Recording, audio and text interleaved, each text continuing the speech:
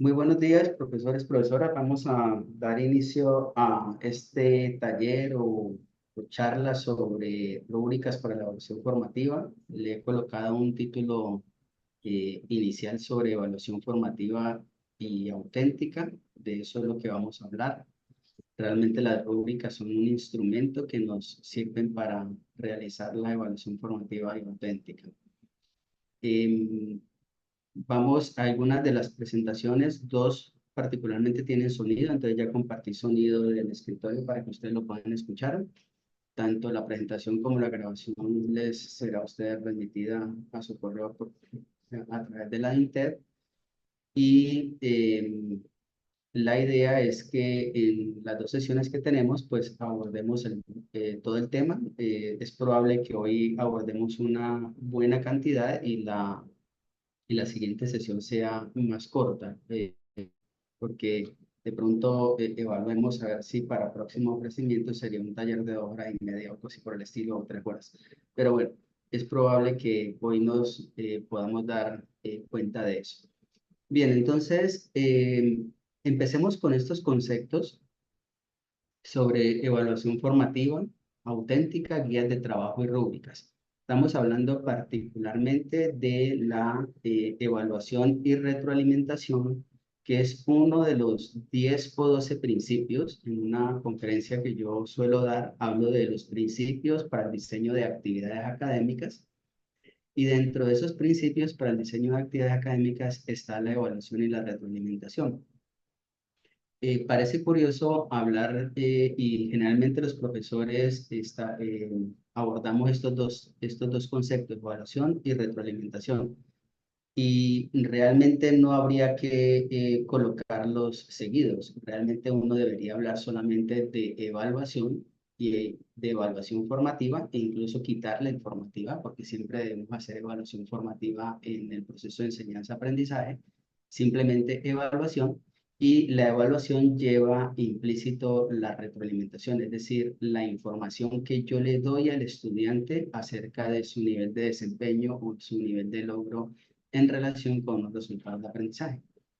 Entonces, en relación con esos resultados de aprendizaje, nosotros hemos diseñado o diseñamos como profesores en nuestro curso actividades académicas para que los estudiantes logren esos resultados de aprendizaje. Y recordemos, yéndome para atrás, los resultados de aprendizaje que yo declaro en mi curso están en directa relación y coherencia con los resultados de aprendizaje del programa académico al cual le ofrezco ese curso, y ellos están a su vez en directa relación y coherencia con con el perfil de egreso. Quiere decir que para yo hacer evaluación formativa, debo tener en cuenta el perfil de egreso, los resultados de aprendizaje del programa, los resultados de aprendizaje de mi curso, para poder diseñar actividades académicas y de esas actividades académicas realizar evaluación formativa y auténtica. Ahora, para realizar esa evaluación formativa y auténtica, yo necesito estos dos elementos que tengo aquí al final, las guías de trabajo y las rúbricas. Entonces, la evaluación auténtica es un enfoque de evaluación, como lo dice ahí el texto, no voy a leer, pero lo que nos invita a la evaluación formativa es que hagamos una diferenciación entre lo que es evaluación formativa y evaluación final o sumativa, que es lo que más predomina en el sistema educativo colombiano. Es decir, nosotros hacemos un semestre típico, es decir, espero que no la mayoría, pero voy a describir uno de los extremos en el cual el profesor hace unas actividades académicas durante las primeras semanas del curso, iniciado el curso, sea clase, talleres extra, y luego hace una evaluación final o sumativa, que es un parcial, un examen parcial que le colocamos a los estudiantes, en las que, dependiendo del enfoque pedagógico en el que nosotros estemos inscritos, pues el examen será más o menos participativo y significativo. Hablaremos de eso más adelante. Entonces, lo que queremos hacer es diferenciar esa evaluación formativa de la evaluación sumativa, porque la evaluación formativa lo que nos invita es a identificar permanentemente oportunidades de mejora para los estudiantes, para que ellos puedan adquirir los resultados de aprendizaje. Entonces, es el objetivo de la evaluación formativa, dar oportunidades de mejora mientras el curso nuestro está en funcionamiento o en ejecución, digámoslo así, eh, esa retroalimentación en tiempo real, oportuna y efectiva. A eso es lo que se refiere la evaluación formativa, de ahí que entonces nosotros podamos ir reflexionando si hacemos evaluación formativa en nuestros cursos y qué tanto de evaluación formativa hacemos en nuestros cursos. Luego viene la evaluación auténtica, que lo que nos dice es que hay más de una manera para evaluar los resultados de aprendizaje o para evaluar los niveles de logro o de competencia de nuestros estudiantes. Es decir, hay más de una forma y que nosotros deberíamos, de alguna manera, identificar esas diferentes formas que tienen los estudiantes de aprender y el ritmo que tienen de aprender para aplicar una evaluación auténtica. Es decir, no, nadie nos obliga a que a todos los estudiantes los evaluemos de la misma manera. Me explico. En el sistema tradicional se hace un examen parcial y ese mismo examen se le aplica a todos los estudiantes sin diferenciación. Eh, pero es posible que algunos estudiantes se sientan presionados por un examen, se sientan cohibidos, los desborde, pero yo puedo ver a esos estudiantes identificar que los resultados de aprendizaje se los puedo evaluar de otra manera, con un examen, de pronto con un portafolio educativo, de pronto con un taller, etcétera. Eso pues lógicamente implica más tiempo del profesor en este proceso de evaluación, tiempo que muchas veces no tenemos, que tenemos mucho más los profesores nombrados que los contratistas, y eso empieza a dificultar las cosas, ¿cierto? Entonces, es básicamente de eso es que habla la evaluación auténtica, que yo reconozca las diferencias que hay entre los modos de aprender y los ritmos de aprender de los estudiantes para que pueda identificar la manera de valorar los resultados de aprendizaje. En cualquier momento, profesores, me pueden interrumpir para preguntas. Les voy a pedir 30 segundos para cerrar la puerta de mi oficina porque hay mucha bulla acá de fondo. Tal vez ustedes por el micrófono no la escuchen, pero para mí es un poquito ensordecedor. Denme 10 o 20 segundos.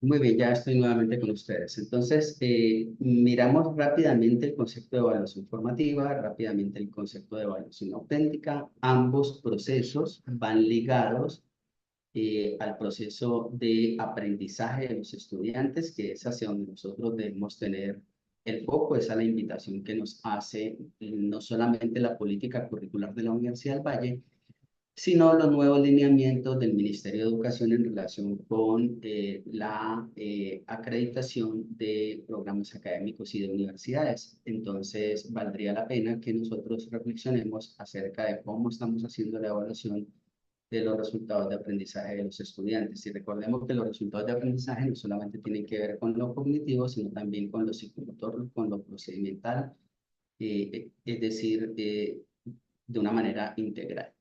Ahora, para que nosotros podamos hacer la evaluación, es necesario que en el diseño de las actividades académicas que nosotros hagamos, y voy a dar ejemplos de actividades académicas por si de pronto no he sido claro con esto, la clase, que es lo más tradicional que hacemos los profesores, es una actividad académica. Es decir, actividades académicas son todas aquellas actividades que yo planeo y ejecuto con mis estudiantes con el fin de que ellos logren unos resultados de aprendizaje.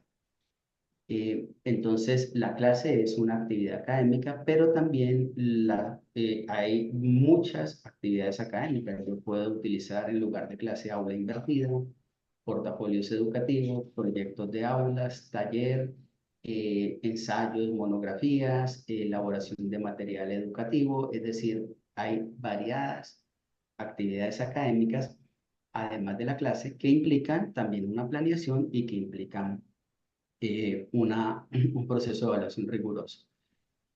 Sucede que la clase, que es la más tradicional, no es susceptible, o por lo menos yo no me la imagino, de que se le haga una guía de trabajo.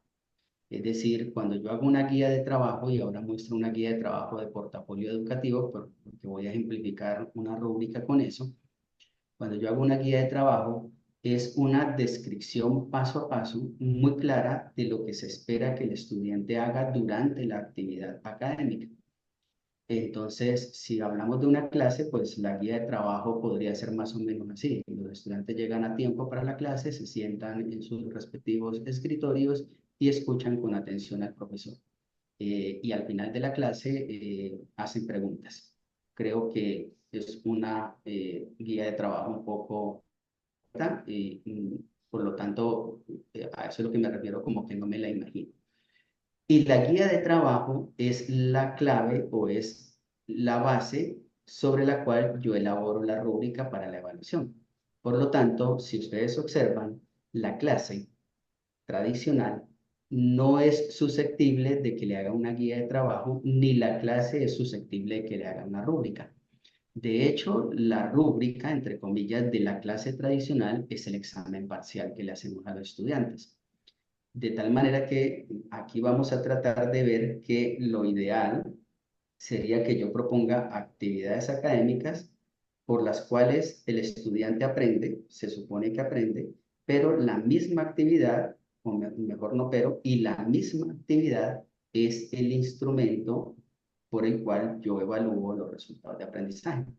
Eso no ocurre en la clase tradicional. La clase tradicional es un momento en el que yo doy la clase, ¿cierto? Incluso ahí está el lenguaje que utilizamos los profesores de dar, impartir, que es muy desde el enfoque conductista.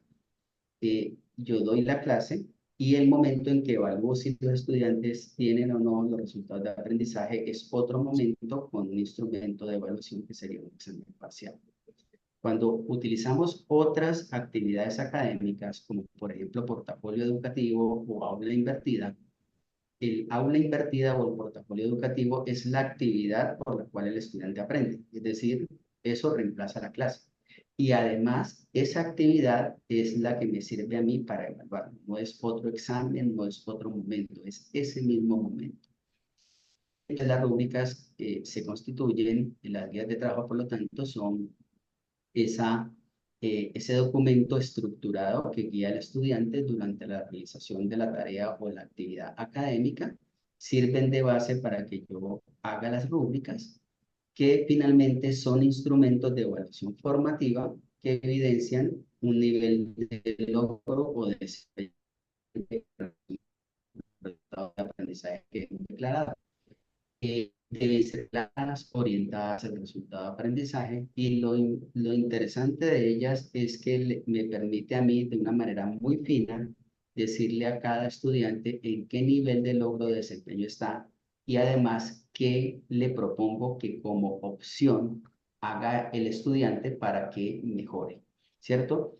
Y metí el término aquí opción porque la Universidad del Valle tiene unos exámenes opcionales.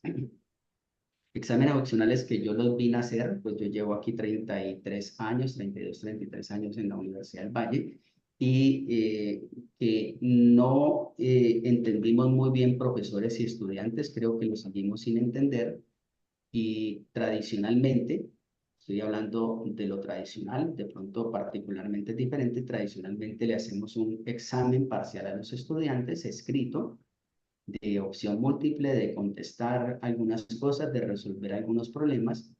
Y si el estudiante saca la nota que saque en ese examen, tiene derecho a un examen opcional, es decir, esa opción es la opción de mejorar, no es simplemente la opción de presentar un nuevo examen para sacar una mejor nota, es la opción de mejorar. Y normalmente los profesores lo que hacemos es que hacemos nuevamente otro examen en la que evaluamos todo el contenido que le hemos dado a los estudiantes E incluso llegué a escuchar de colegas que decían, pues el examen opcional yo lo hago bien difícil, nadie me lo gana, de tal manera que eso desestimule que los estudiantes apliquen a él. Entonces, pues claramente lo hemos tergiversado, porque si se trata de una opción para mejorar, lo que yo creo que debería pasar es que si el estudiante respondió a un cuestionario y no y sacó la nota que sacó, supongamos que la perdió, pues yo debería identificar cuáles son esos vacíos, cuáles son esas brechas que el estudiante tiene en relación con los resultados de aprendizaje para poder orientarlos a que estudien determinados elementos, a que hagan determinadas tareas, para que se preparen para el nuevo momento de evaluación y solamente preguntarles sobre esos vacíos que tienen. Y entonces el estudiante ahí lo miraría desde un punto de vista de aprendizaje. Pero no hemos hecho eso, ¿cierto? Pues la mayoría de nosotros no lo hizo o no lo ha hecho. Espero equivocarme, estoy generalizando, pero básicamente eso es lo que yo he visto en mis estudiantes. Yo fui director de programa académico y lo que ellos toman el examen opcional es una manera de mejorar la nota. Es decir, siempre colocan lo sumativo de entrada, porque de alguna manera los profesores también colocamos lo sumativo de entrada, porque de alguna manera la universidad también premia o privilegia lo sumativo para efectos de estímulos académicos, y entonces ese sería como ese círculo ahí vicioso que tenemos. Esa sería pues la parte de rúbricas. Ahora, antes de entrar en aquí tengo una intervención. Ya, me están diciendo que de pronto no me escuchaban bien, pero el resto parece que sí me escucha bien. Entonces, antes de entrar a definir o a mirar el tema de rúbricas, que es lo que nos convoca aquí, pero como les digo, tienen mucho más detrás de ellas. Me parece importante que reflexionemos sobre tres momentos o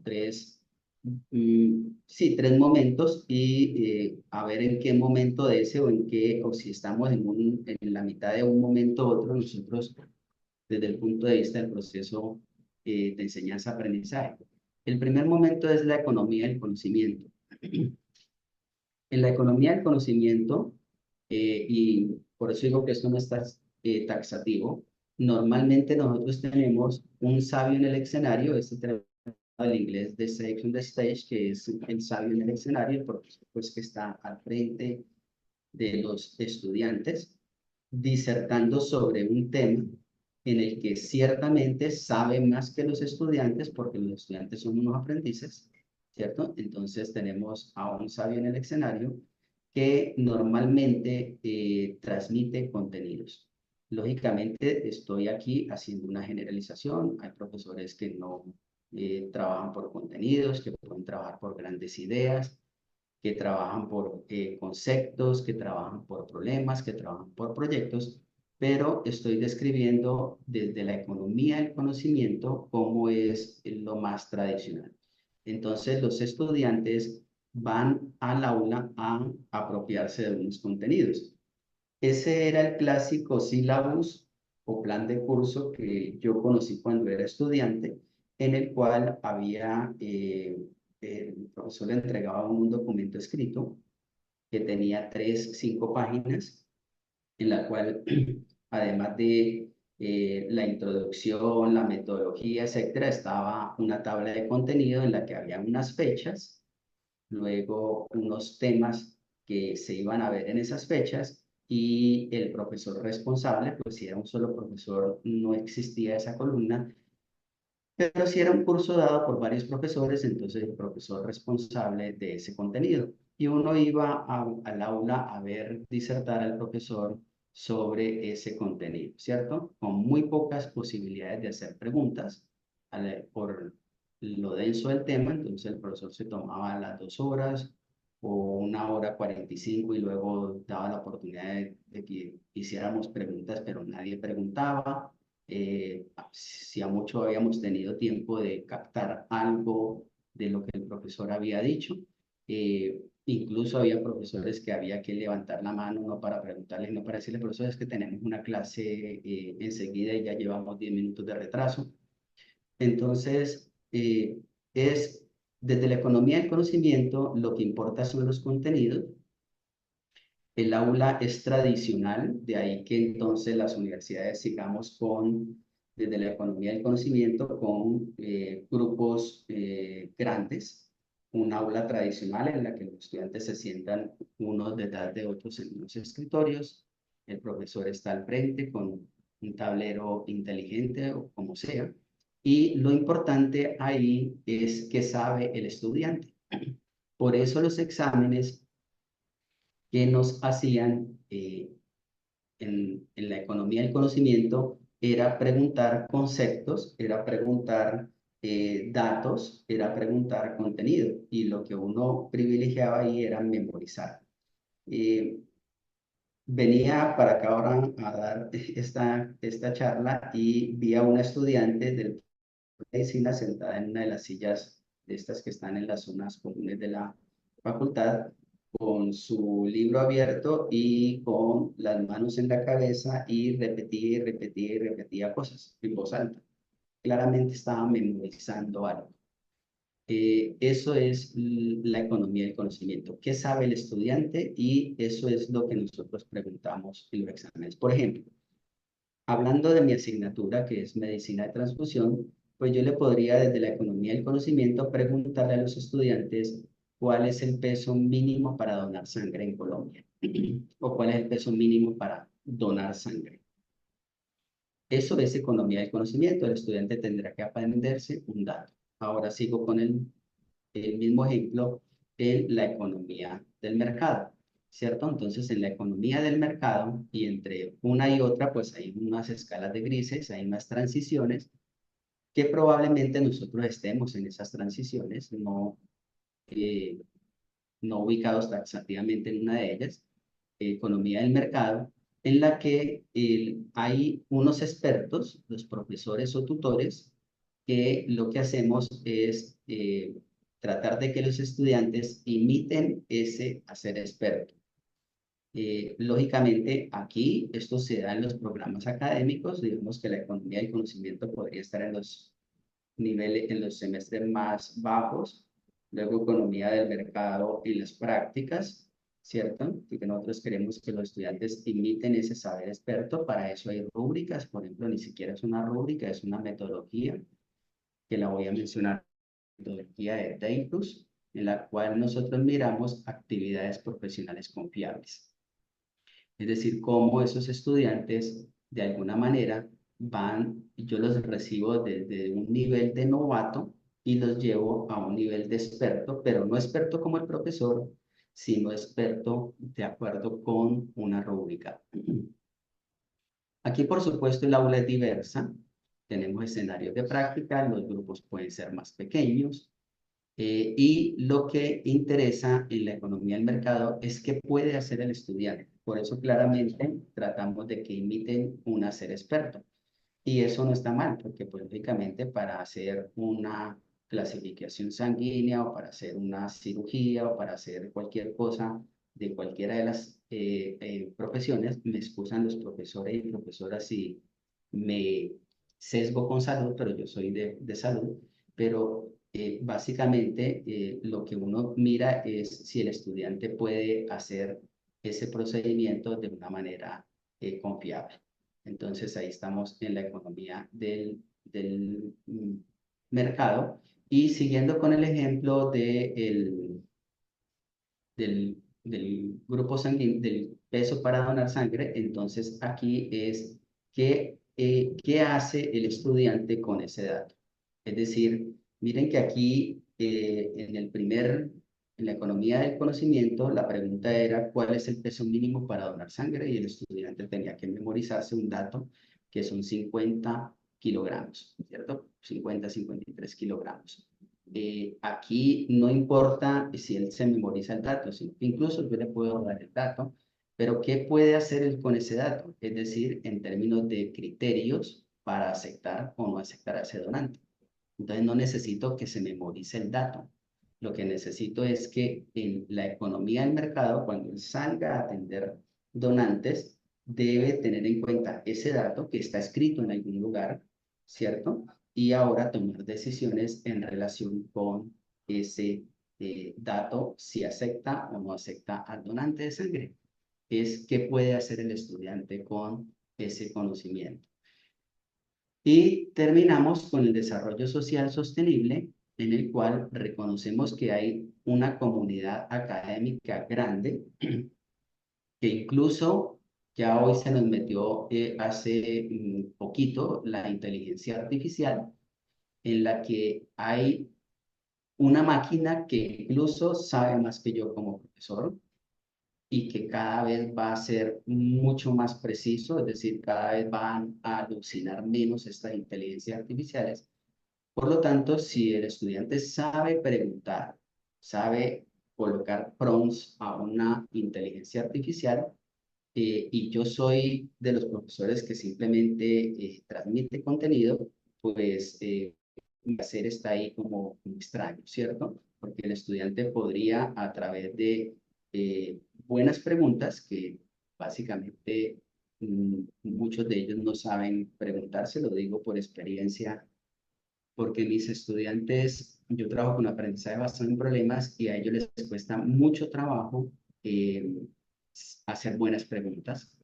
Entonces, aquí reconocemos que tenemos toda una comunidad académica en la que hay otros profesores, además de yo, acá de mí, perdón, hay pares, estudiantes que pueden enseñar a otros estudiantes, sean del mismo semestre o en semestres más avanzados.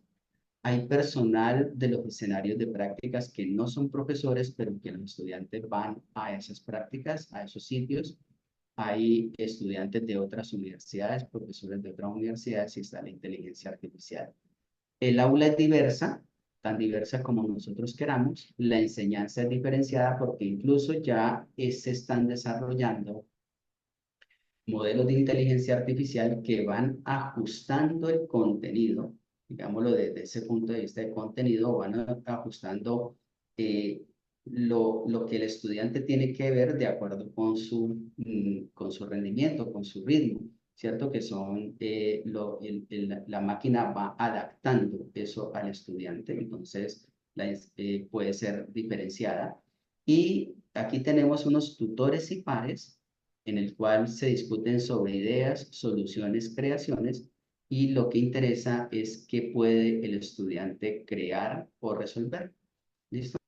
Entonces, en términos de el desarrollo social sostenible, en el mismo ejemplo del peso para donar sangre, aquí lo que el estudiante debe resolver o crear o por lo menos ir más allá de si acepto o no acepto un donante, es que él sepa o que explique, ¿cierto? Ese sería el resultado de aprendizaje, explicar los efectos fisiológicos de la donación de sangre con un peso inferior a 50 kilogramos. Es decir, que el estudiante claramente sabe que eso puede ser dañino para una persona, simplemente no una lista de chequeo, lo acepto o no lo acepto, y que de pronto si tenemos una población de donantes en un grupo etario específico que pesan menos de 50 kilogramos, sucede con mis estudiantes, la mayoría de ellos lo rechazan porque tienen menos de 50 kilogramos, son chicas y chicos muy delgados, pero podrían donar sangre si se adapta la bolsa de sangre a ese peso. Tal vez estoy hablando de algo que no me entiendan, pero ahí el estudiante está resolviendo un problema. Es decir, ¿por qué vamos a rechazar toda esta cantidad de donantes cuando yo puedo adaptar la bolsa de sangre a mi población y poder obtener la donación con un volumen menos de sangre? Entonces el estudiante está resolviendo problemas. Ese es el desarrollo social sostenible. Nosotros cuando todo este preámbulo para que desemboquemos a rúbricas, porque nuevamente la rúbrica es un instrumento. Para el instrumento puedo utilizar tecnologías de información y comunicación para elaborarlo. Puedo utilizar inteligencia artificial, pero si no miramos esto de antemano, pues el tema se queda como truncado, ¿cierto?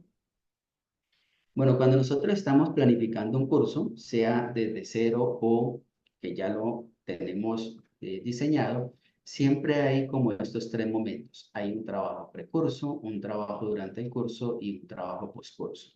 Y en ese proceso, la invitación es a que haya reflexión pedagógica y sistematización para que podamos compartir con la comunidad académica esas experiencias. En el trabajo precurso, ¿qué es lo que nosotros hacemos? Cada semestre nosotros tenemos estudiantes nuevos, cada año si la asignatura es anualizada. Entonces, el programa académico puede ayudarnos con una caracterización de los estudiantes. Inicialmente puedo tener esa caracterización, pero yo puedo, a través de instrumentos de tecnologías de información como los formularios de Google o los formularios del campus virtual, puedo caracterizar a los estudiantes haciendo preguntas de caracterización que me sirvan para el diseño de mi curso o en mi curso, ¿cierto? Por ejemplo, si mi curso requiere de elementos tecnológicos, como por ejemplo si los estudiantes tienen o no tienen un computador, una tabla o un teléfono inteligente, pues ahí lo pregunto para poder tomar decisiones en el diseño como tal.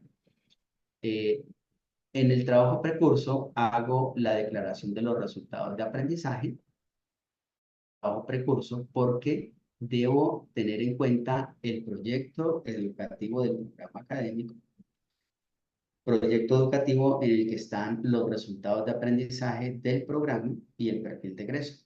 Entonces, lógicamente, estos resultados de aprendizaje deben tributar o contribuir al logro de los resultados de aprendizaje del programa. Eso lo hago en el trabajo precurso. Diseño problemas. Si estoy trabajando con problemas, pues aquí yo lo coloco porque mi trabajo es con problemas, entonces hago el diseño de unos problemas. Ojalá no trabajemos con contenidos. El contenido es importante, pero el estudiante lo descubre, no me lo tengo que dar. Y cuando trabajo por problemas o por conceptos, entonces voy a dar un ejemplo. Por ejemplo, yo puedo trabajar con el concepto de respiración. Ese es un concepto. Ahora, para respirar, el simple ejercicio que nosotros hacemos de respirar, que no nos damos cuenta, lo hacemos en automático, pues se requieren de contenidos de fisiología, de bioquímica, de anatomía, es decir, de una serie de disciplinas que el conocimiento mío de eso explica el concepto de respiración. Entonces yo veo es un concepto y el estudiante le encuentra sentido a los contenidos, porque está viendo unos contenidos de esas disciplinas que sirven para algo supremamente básico como es respirar. Entonces, yo hago diseño de problemas, planeo actividades académicas para que los estudiantes logren esos resultados de aprendizaje, identifico tareas, actividades y ejercicios claves que ellos deben hacer una vez hemos transitado por los problemas o por las actividades académicas. Todo eso se hace en el trabajo precurso. Identificamos medios y recursos que tenemos disponibles para llevar a cabo nuestro curso, tanto medios que yo tengo como profesor, recursos, como los que tiene la universidad, como los que tiene internet o que pueden encontrar en la red mis estudiantes. Aquí aterrizo en lo que hoy venimos, pero mire que todo esto es antes de, de la elaboración de guías de trabajo. Entonces, una vez hecho todo lo anterior, elaboro unas guías de trabajo para esas actividades académicas y ahora diseño propuestas e instrumentos de evaluación formativa que serían las rúbricas. Lógicamente, para poder hacer evaluación formativa, debemos tener una definición clara del papel de los tutores. Pasamos del rol de profesor al rol de tutor, de guiar el aprendizaje de los estudiantes, de facilitar el aprendizaje de los estudiantes. Y cuando somos varios profesores, perdón, incluso si solamente es un profesor, pues es muy conveniente tener una guía para los tutores, es decir, cómo vamos a proceder nosotros en relación con ese proceso de aprendizaje al cual la universidad nos está invitando con su política formativa, de que debemos centrar el proceso es en el aprendizaje, en el estudiante y no en la enseñanza, o sea, en el profesor. Por eso el cambio de objetivos a resultados de aprendizaje, porque los objetivos invitaban al profesor a los objetivos de la enseñanza, mientras que los resultados de aprendizaje son desde el estudiante, no desde quien enseña, sino desde quien aprende. Ahora, durante el curso, pues por supuesto, nosotros le presentamos a los estudiantes el curso y el enfoque pedagógico que vamos a utilizar. Eh, Normalmente voy nuevamente a recordar cuando yo era estudiante formal y pues los profesores presentaban el curso, pero rara vez uno oía a un profesor decir vamos a utilizar este tipo de enfoque pedagógico, ¿no? No somos muchas veces conscientes de qué tipo pedagógico yo estoy utilizando, desde qué posición me paro yo frente al proceso de formación. Miramos las estrategias para dinamizar las discusiones, así sea que yo haga clase. ¿Cómo voy a hacer para que en esa clase los estudiantes sean participativos, activos, colaborativos? Entonces, ¿qué estrategia voy a tener? Hago consejería y tutoría a mis estudiantes para poder irles dando en esa consejería y tutoría la evaluación formativa y la retroalimentación oportuna. Aquí ya caigo en las rúbricas, ¿no? Y hago evaluación del proceso y tomo medidas correctivas. Evaluación del proceso es que además puedo evaluar qué tan difícil o qué tan complejas son las actividades académicas que yo le he colocado a los estudiantes, o si el tiempo de trabajo independiente les alcanza o no les alcanza. Entonces puedo hacer evaluación del proceso mismo y tomar medidas correctivas. Y luego entonces vamos al trabajo postcurso. Aquí ya el curso ha finalizado. Eh, Es momento entonces de que yo analice los resultados de las evaluaciones, haga propuestas de mejoramiento. Voy a detenerme en estas dos únicamente porque eh, estas dos las tengo incluso antes de la nueva reglamentación del ministerio, pero ahora claramente el ministerio nos pide para los procesos de autoevaluación, mejoramiento con fines de acreditación de alta calidad, ¿cierto? Muy pronto los directores de programa nos van a estar preguntando a los profesores cuál es el análisis que usted ha hecho de los resultados de la evaluación que aplicó. Es decir, tanto de la evaluación que aplicó en relación con los resultados de aprendizaje, pero con las actividades académicas que propuso para que usted me diga y usted lo haga, cuáles son las propuestas de mejoramiento, porque de eso es que se trata la calidad. Entonces, serán insumos que nosotros le estamos dando a la dirección del programa académico, están en la reglamentación, en el Acuerdo 02 del 2020, que son los lineamientos para la acreditación de alta calidad, y entonces nosotros tendremos que dar evidencia de esto, ¿cierto? No es simplemente ya subir las notas al sistema y me desentiendo y luego empieza el otro curso, ¿no? Hay un trabajo postcurso en el que hago un análisis de lo que pasó para establecer si seguimos como vamos o establecer si hay medidas o propuestas de mejoramiento. Las otras dos las he colocado como algo necesario que creo que debemos hacer. eh, en los 32, 33 años que he estado en la universidad, solamente en una ocasión en la Facultad de Salud hubo un encuentro de experiencias pedagógicas exitosas.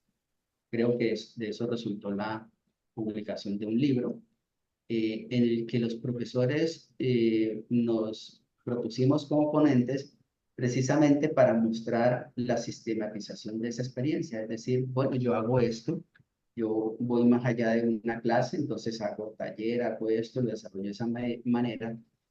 Y esa es la manera como nosotros hacemos la presentación de esos resultados a la comunidad académica para que aprendamos entre todos, ¿cierto? El profesor X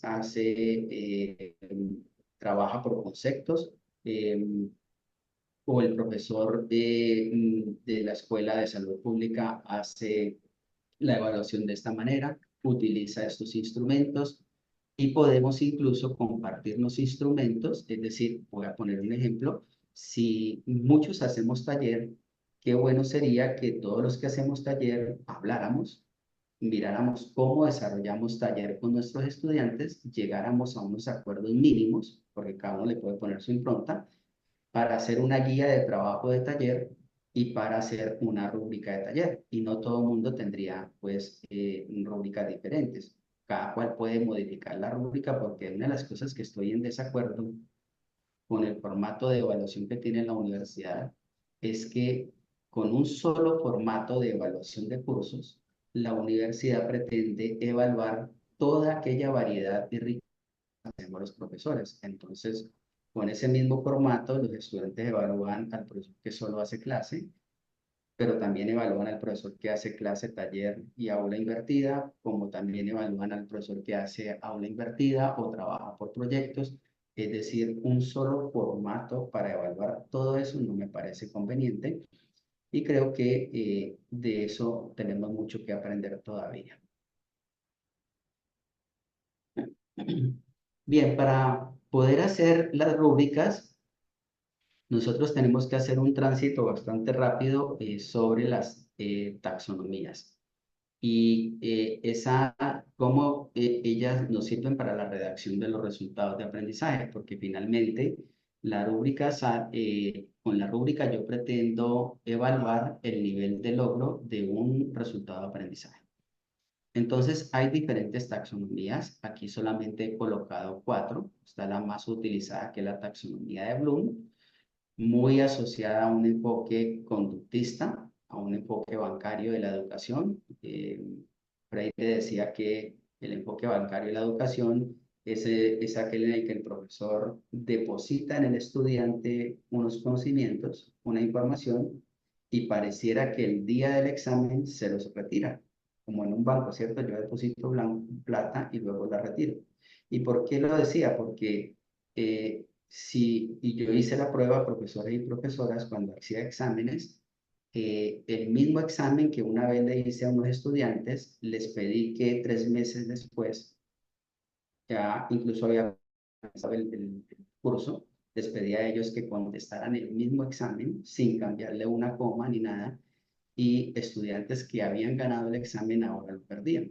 De tal manera que a eso es lo que se refiere Freire con el enfoque bancario.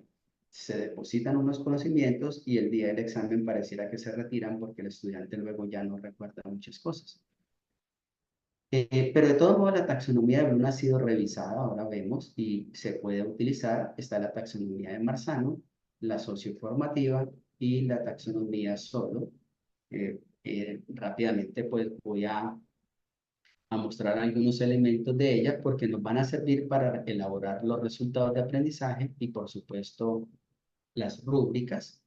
Entonces, en la taxonomía de Bloom hay una escala que va creciendo, que va desde un pensamiento más concreto o menos complejo a un pensamiento más abstracto o más complejo. Es decir, cuando yo como profesor o como estudiante me quedo en estos niveles de aquí abajo, lo que estoy privilegiando son procesos de pensamiento menos complejos. Es decir, si yo me quedo en el nivel de conocimiento, pues en ese nivel el profesor se centra en el que el estudiante recuerde información específica, que recuerde hechos, que recuerde conceptos.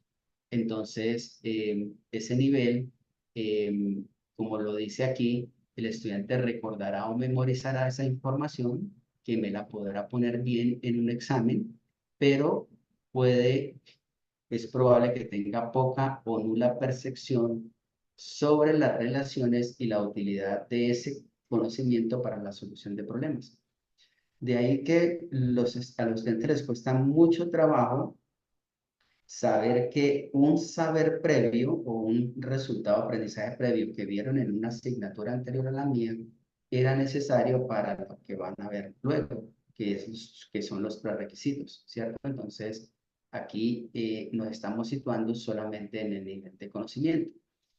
Y en el nivel de conocimiento, pues lo más típico son los exámenes. En este son las típicas pruebas escritas de pregunta de opción múltiple o de respuestas cortas o largas, en las que normalmente se explora la capacidad de memoria que tiene el estudiante.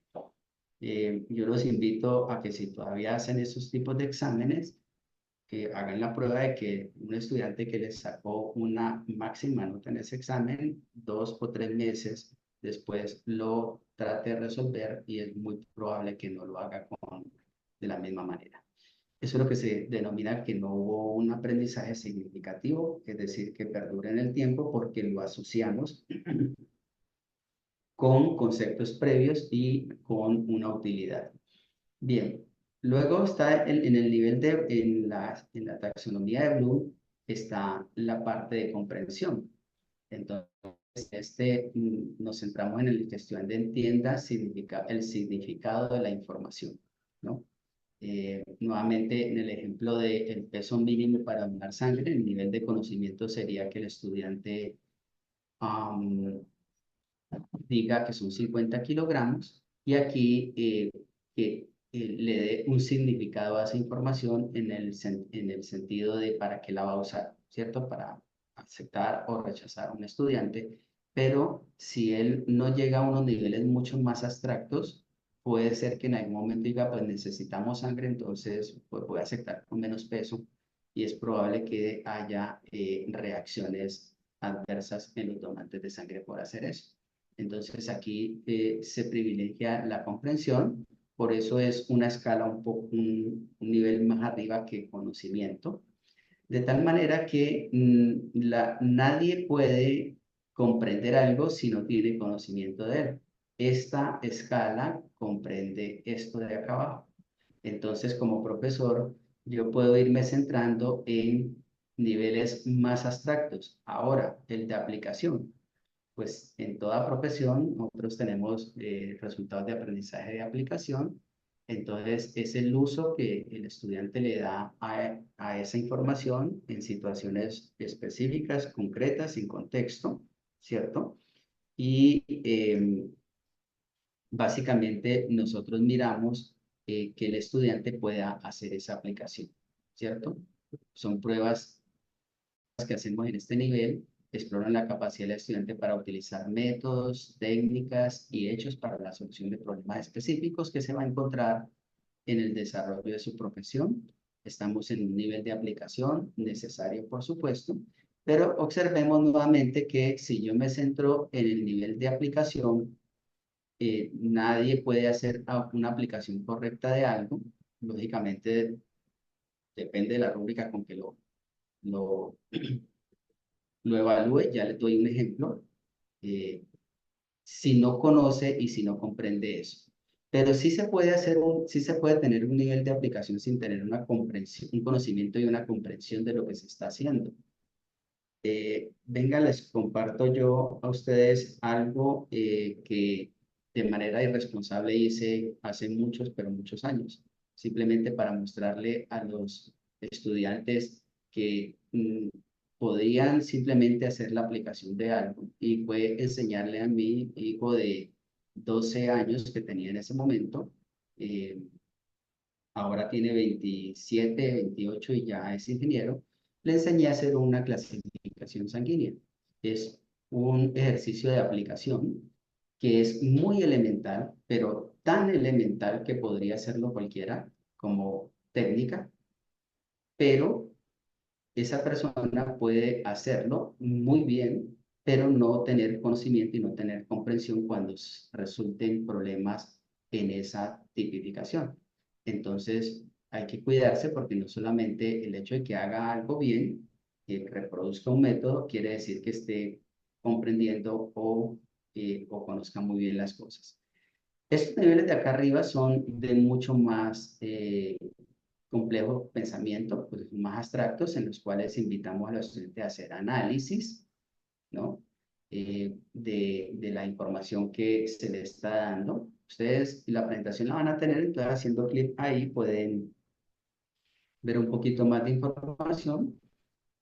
Lo que yo hago es invitar a los estudiantes a hacer análisis de las cosas. No me centro tanto en esto, porque el dato está, yo le entrego el dato al estudiante, pero lo que me interesa es qué análisis hace de él o cómo sintetiza información, ¿cierto? Que el estudiante logre reconocer y utilizar fragmentos de información relevante para construir nueva información o de evaluación que pueda, ese es el nivel más alto de la taxonomía de Bloom, y pues implica que el estudiante se motive a que emita juicios de valor en relación con los conocimientos en situaciones específicas para solucionar problemas reales en contexto, ¿cierto? Entonces, si yo estoy utilizando la taxonomía de Bloom para evaluar los resultados de aprendizaje, ella se refleja en la rúbrica, por supuesto. Entonces, mi rúbrica debería privilegiar estos niveles más complejos de pensamiento. Será como y esta es la taxonomía de Bloom desde el dominio cognitivo. Pero luego bueno, y aquí tenemos los verbos que nosotros podemos utilizar, ¿cierto? En el nivel de conocimiento, comprensión, aplicación, entonces aquí tenemos muchos más verbos. Pero lo que les quiero mostrar es que si yo me voy hacia análisis, ¿no? Eh, el verbo distinguir implica que la persona tiene conocimiento, que comprende y que puede hacer aplicación. Es decir, yo puedo iniciar un resultado de aprendizaje con el verbo distinguir o con el verbo formular o con el verbo evaluar, porque ya estos incluyen que el estudiante tiene esto, si la rúbrica y la actividad académica la es diseñada de manera correcta. Es decir, un estudiante no podrá hacer la evaluación de algo que yo le estoy pidiendo si no tiene todavía esto claro. Entonces, este serían los verbos desde el dominio cognitivo que nos ayudan a la formulación de los resultados de aprendizaje, que luego vamos a utilizarlo para hacer la rúbrica como tal. ¿Ok? Ahora viene el dominio cognitivo de la taxonomía de Bloom, que fue revisada por Anderson y Crawford. Ellos lo que hacen es colocar un nivel más, el nivel de creación. Bloom llega hasta evaluación y Anderson y compañía colocaron este nivel de creación. Entonces, nuevamente, aquí en Bloom era conocimiento, que es recordar, es cuando yo privilegio que el estudiante recuerda o reconozca información previamente aprendida. En entender es que comprenda el significado de esa información. En aplicar es que utilice el conocimiento en situaciones nuevas o concretas. En análisis es que pueda descomponer la información en partes para comprender su estructura y las relaciones. En evaluación, que haga juicios basados en criterios y estándares definidos. Y la parte de creación, que es la más alta de esta revisión, es que integre el conocimiento para formular nuevas ideas, productos o soluciones. Entonces, algunos profesores utilizan la taxonomía de Bloom revisada por Anderson y asimismo tratarán de privilegiar los resultados de aprendizaje que vayan desde aplicación hacia arriba. Siempre tendremos que tener de aplicación, pero en aplicación incluir análisis y evaluación. Es decir, más adelante vamos a verlo en un ejemplo de la rúbrica que yo les voy a mostrar ejemplos, como a pesar de que es un resultado de aprendizaje de aplicación, se evalúan los niveles de análisis o de evaluación con que el estudiante actúa. Entonces, tenemos revisada por Anderson. Este es el dominio afectivo, porque Bloom ha sido muy asociado a lo cognitivo únicamente.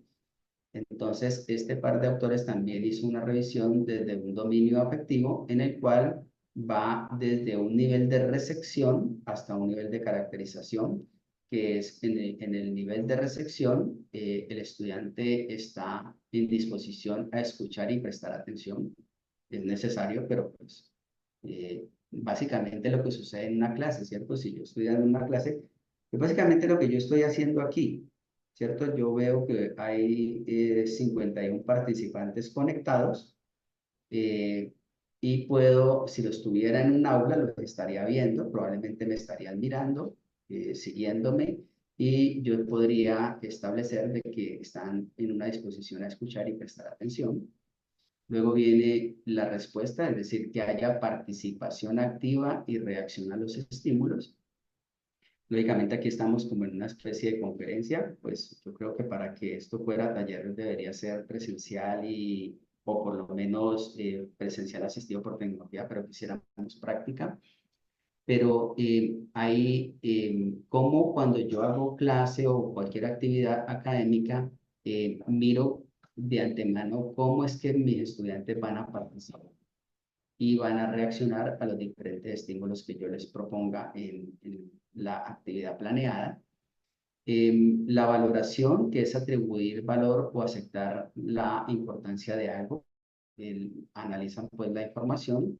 La organización, integrar valores en un sistema coherente, que sería que los estudiantes puedan organizarse en ese sentido. Y aquí adquirir un estilo de vida consistente con ciertos valores. Por eso es una revisión desde lo afectivo.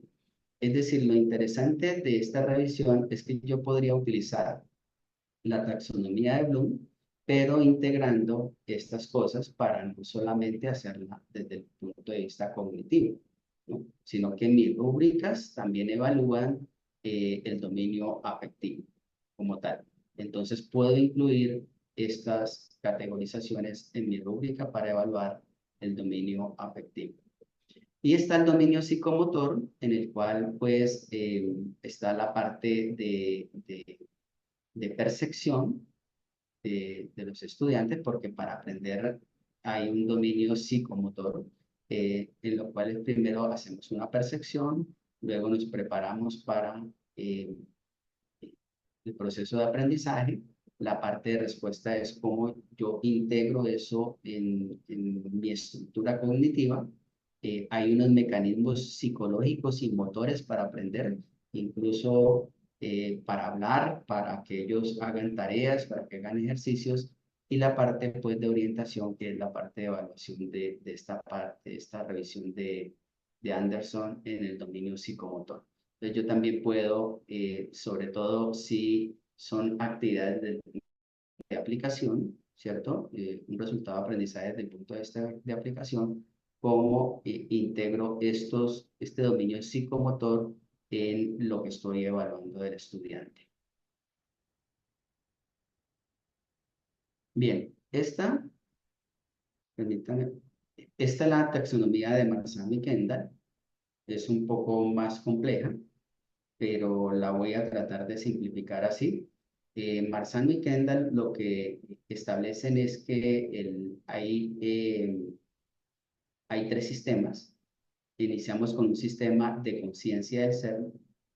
Cuando aprendemos, nosotros somos conscientes de nosotros mismos y a veces esa conciencia no es, no es consciente.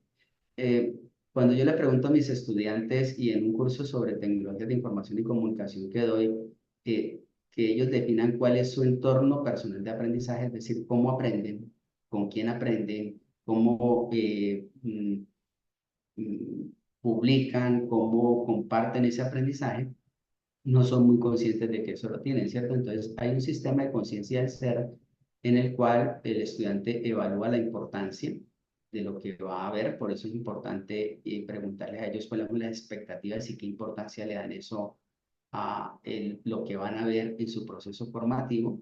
Luego estaría la evaluación de la eficacia, el estudiante evalúa las habilidades que mejoran la comprensión y desempeño en una actividad específica. Luego estaría la evaluación de las emociones. Mire que Marzano y Kendall colocan la parte emotiva aquí, psicomotor y también psicomotor, la afectiva. Eh, Hay evaluación de las emociones alrededor de la adquisición de determinado conocimiento, tareas, etcétera, y la evaluación de la motivación. Este es un nivel de conciencia del ser que nosotros podemos tener en cuenta para colocarlo también en, en rúbricas para evaluar eso o en formularios o instrumentos para caracterizar a los estudiantes.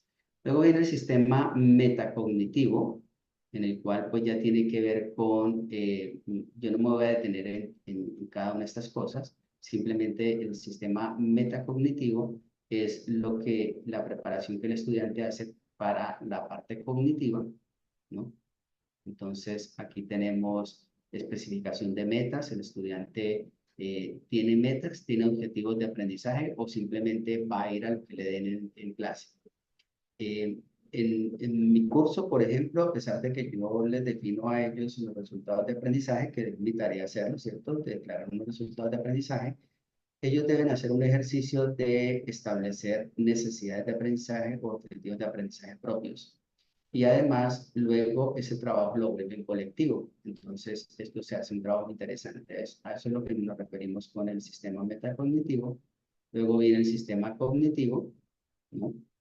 En el cual el estudiante identifica la información. O sea, estaría aquí en la parte de conocimiento. Básicamente, aquí estaríamos en la escala de Bloom, ¿cierto? Aquí caemos en la escala de Bloom, pero Marzano y Kendall proponen 4 subniveles en esta parte.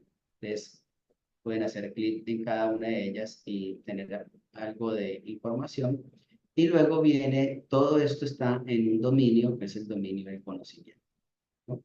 Entonces, cómo se organiza la información, las ideas, los principios y conceptos de cómo estamos presentando eso a los estudiantes, los procesos físicos que son necesarios para una actividad, la parte, los procesos mentales y básicamente es eso. Es decir, es un poco más compleja, por eso casi todos utilizamos más Bloom porque es mucho más manejable. Quiere decir que si yo me centro desde la taxonomía de Marzano, pues debería en mis rúbricas tener elementos de evaluación de cada uno de esos aspectos, lo cual haría la evaluación mucho más integral, porque no se trata únicamente de evaluar el conocimiento, sino, por ejemplo, las relaciones que los estudiantes tienen en el aula, eh, ese colegaje que tienen, ese ser ciudadano que tienen, la puntualidad, el respeto por la opinión de otro, todo eso que ocurre en el aula y que no lo detectamos, pero que las rúbricas no lo recogen. Viene entonces la taxonomía socioformativa, que sería la de Sergio Tobón. Sergio Tobón lo que nos propone son 5 niveles que van desde un nivel preformal hasta un nivel estratégico. En el nivel preformal, pues el estudiante, básicamente lo que Tobón dice es que el estudiante llega a mi curso con un nivel preformal, ¿cierto? El estudiante no relaciona, eh, la actuación o desempeño del estudiante no se relaciona con lo descrito por el indicador. Entonces, este parrafito aquí me sirve a mí para redactar mis resultados de aprendizaje. Es un nivel muy bajo de desempeño. Quiere decir que cuando yo aplico la rúbrica, el estudiante sigue en un nivel preformal, pues es un nivel muy bajo de desempeño. Y aquí estarían los verbos que denotan un nivel preformal, ¿cierto? ¿Por qué razón? Porque pues, a mí no, al estudiante, ¿qué le sirve enumerar cosas? ¿Cierto? Enumere los requisitos para la aceptación de donantes o nombre tal cosa, o observe, señale, repita. Son verbos que denotan procesos muy poco complejos de pensamiento y que no es, que ubicarían pues según la taxonomía socioformativa en un nivel preformal. Luego viene el nivel receptivo, que ya es un poco más alto, El estudiante puede usar información elemental para identificar problemas y tiene algunas nociones y acercamiento al desempeño que se está evaluando, ¿cierto? Sigue siendo un nivel pobre, implica que haya muy buena retroalimentación y aquí estarían los verbos que están asociados. Básicamente lo que quiero decir es que si nosotros revisamos nuestros resultados de aprendizaje en nuestros cursos y mis verbos inician por esto, debo buscar en la taxonomía en qué nivel de pensamiento está eso. Entonces, si eh, mi resultado de aprendizaje es describe tal cosa, el estudiante describe los requisitos para que debe tener un donante de sangre, pues estoy en un nivel receptivo apenas, ¿no? Y eso es el reto que les estoy poniendo a los estudiantes, a que estén en un nivel receptivo. Viene el nivel resolutivo, en el cual el nivel intermedio se puede hacer ciertas cosas, por eso el nivel es que aplica procesos o aplica estándares nacionales o internacionales para tal cosa, caracteriza, comprende, controla, diagnostica. Son verbos que si yo los evalúo con relación a mis resultados de aprendizaje, puedo ver cuáles son desde el nivel resolutivo. Estos implican el tener los otros. En toda taxonomía es así. De hecho, cuando nosotros hacemos una rúbrica, si el estudiante no cae 100% en el criterio que nosotros hemos definido para ese nivel de desempeño, quiere decir que el estudiante está en el nivel de desempeño anterior, porque lo debe cumplir con todos, ¿no? Entonces, eso es lo bueno de las rúbricas, que lo objetivizan bastante bien y no lo asocian con una nota. No lo asocian con un 3.5, un 4.3, un 3.9, un 2.9, no, no con eso, sino con unos criterios muy definidos en relación con ese resultado. Pues aquí estaría yo en un nivel resolutivo. Viene el nivel autónomo, en el cual el estudiante puede observar, yo puedo observar que el estudiante argumenta y él también, que resuelve problemas con varias variables, tiene criterio propio y emplea fuentes confiables. Y aquí tenemos los verbos asociados con este nivel. Analiza, argumenta, comenta, critica. Y observen que muchas de estas cosas son, mm, nos desbordan si nosotros las ponemos en un examen, ¿cierto? Cuando yo le coloco a un estudiante un problema y le digo que analice tal cosa o que explique o que formule una solución, eh, llevaría una sola pregunta casi que todo el examen, entonces el profesor no se orienta por, por estos verbos y, y lo que nos implicaría aquí es que lo interesante, perdón, es que yo pudiera ver que el estudiante verdaderamente hace ese análisis, que el estudiante verdaderamente critica, no que vaya a utilizar la inteligencia artificial. Por eso la importancia de que estos niveles se trabajen con grupos pequeños de estudiantes o que tengamos mayores apoyos, por supuesto, ¿no? Aquí uno empieza a ver la complejidad de querer hacer esto con los recursos de los cuales se dispone.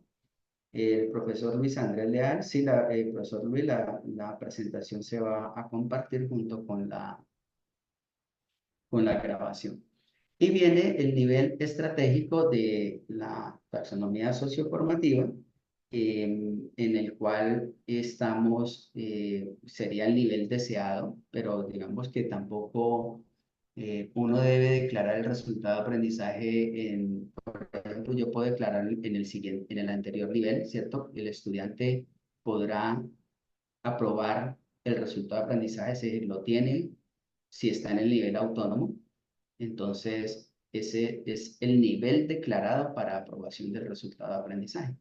Entonces, pues el nivel estratégico sería un plus en el cual el estudiante aplica estrategias creativas de transversalidad en la resolución de problemas. Eh, para estudiantes de primeros semestres, de pronto esto es muy ambicioso, Pero para estudiantes de último semestre, pues creo que no, dependiendo del nivel, uno podría proponer resultados de aprendizaje en un nivel estratégico. Y aquí están los verbos que se asocian, que sería un estudiante que asesore, un estudiante que cree, que innove, que juzgue, que lidere, que proyecte, que proponga, que predice, serían los verbos asociados a el nivel estratégico de la taxonomía de Sergio Toro.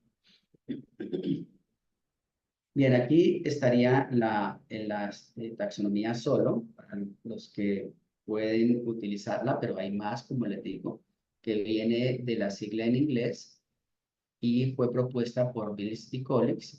Ellos parten de un nivel muy básico preestructural hasta un nivel de pensamiento complejo. Entonces están pudiendo ver que todas las taxonomías básicamente giran alrededor de eso, algo muy básico que va hacia muy complejo. ¿De quién depende que el estudiante tenga ese pensamiento complejo? Pues de la planeación de mi curso, de la planeación de las actividades académicas, de cómo yo proponga los resultados de aprendizaje, cuáles son las tareas, ejercicios claves que propongo para que ellos los adquieran, es decir, cómo estoy yo orientando y facilitando ese aprendizaje. Entonces, parte de un nivel preestructural en el cual se pide pues muy básico que el estudiante haga identificaciones incorrectas o correctas. Es decir, lo que quiere decir aquí, lo que no quiero leer, es que en este nivel, como es tan bajo, ¿cierto? Entonces es usual que el estudiante haga identificaciones incorrectas porque es un nivel muy bajo, nombre incorrectamente cosas, liste cosas irrelevantes, confunda conceptos o ideas.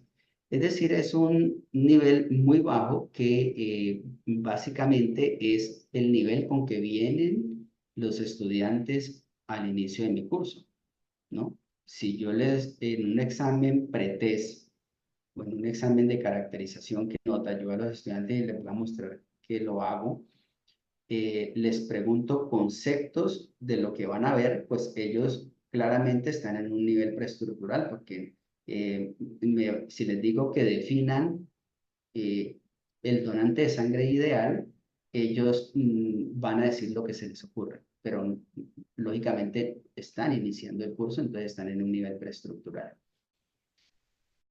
Un nivel básico o estructural en el cual los estudiantes comprenden un solo tema, no son muy conscientes de hacer ese tipo de relaciones.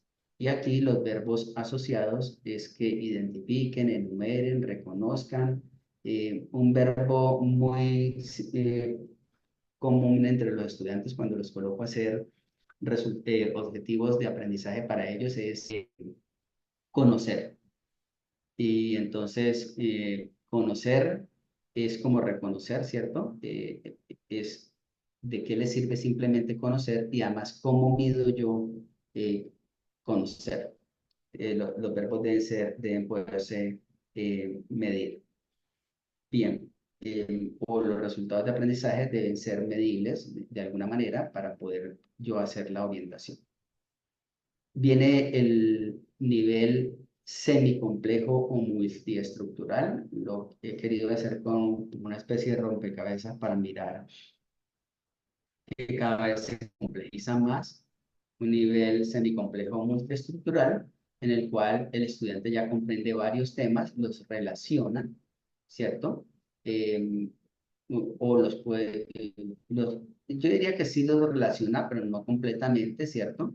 Y los verbos que nosotros usamos y que si yo miro mi resultado de aprendizaje, puedo decir, pues estoy poniendo resultados de aprendizaje del nivel multiestructural, es enumerar, describir, listar, combinar, clasificar elementos, organizar, pero sin llegar a integrar, etcétera. El nivel complejo o relacional es que los estudiantes ya pueden relacionar diferentes conceptos, diferentes cosas, y aquí están los verbos asociados. Esto les va a ayudar a ustedes dependiendo de la taxonomía. Y el ideal sería el pensamiento complejo, No para todos, vuelvo y repito, no para todos los resultados de aprendizaje vamos a decir que el nivel declarado de aprobación es el más alto. Podrá ser que para uno sea complejo relacional, pero ciertamente tratar de mirar o de evaluar mis resultados de aprendizaje que no estén en esta escala baja. El complejo relacional, pues ya es, según Briggs, es el nivel extendido abstracto, así lo llama él, o de pensamiento complejo, que ya permite que el estudiante haga evaluación, que haga creaciones, que formule hipótesis, que teorice, que innove, etc. Eh, El modelo de Dreyfus de la adquisición de habilidades, desarrollado por los hermanos Escúcheme un Stewart momentico, y Hubert ¿ustedes Dreyfus, describe cómo las están escuchando personas el audio adquieren. de la presentación? ¿Me retroalimentan? Si escucharon el audio de la presentación. Sí, señor.